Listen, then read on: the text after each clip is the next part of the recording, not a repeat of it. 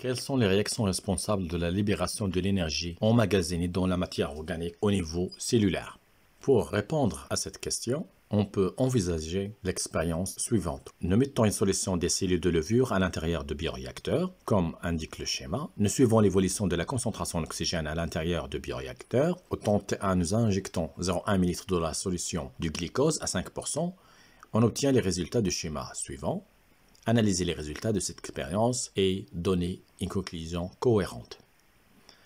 D'après le graphique, on peut dire que avant d'injecter le glucose, on constate que la concentration d'oxygène est constante. Mais après l'injection du glucose au temps T1, on constate une diminution de la concentration en oxygène. Ceci nous amène à la conclusion suivante. L'injection du glucose dans le bioréacteur entraîne une diminution de la concentration en oxygène. Et par conséquent, en milieu aérobie, c'est-à-dire en présence d'oxygène, en arabe on peut dire wasat hay hawa'i, les cellules de levure consomment l'oxygène pour décomposer, pour dégrader le glucose, afin d'en extraire l'énergie, ce qui indique que les levures respirent.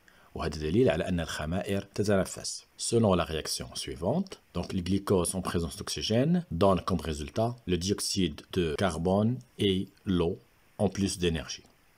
Mais cette fois, en absence d'oxygène, on peut remarquer d'autres types de réactions qui permettent de libérer l'énergie.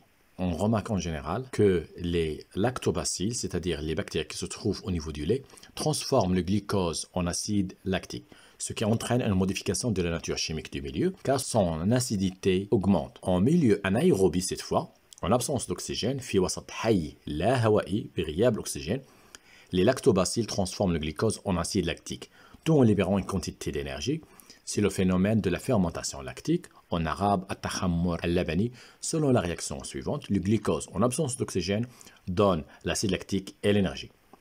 On peut aussi remarquer qu'en milieu anaérobie, les cellules de levure décomposent le glucose en éthanol, c'est un alcool, tout en libérant une quantité d'énergie et de dioxyde de carbone. C'est le phénomène de la fermentation alcoolique at-takhammur al-kuhuli. Dans ce cas, le glucose en absence d'oxygène donne l'éthanol et le dioxyde de carbone en plus de l'énergie.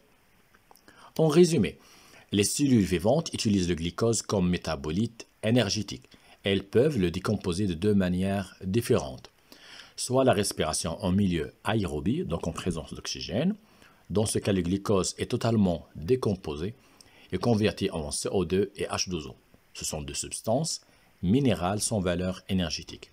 Par contre, la fermentation en milieu anaérobie, donc en absence d'oxygène, le glucose cette fois est partiellement décomposé. Le résultat donne une matière organique, soit l'acide lactique ou l'éthanol, qui stocke encore une quantité d'énergie.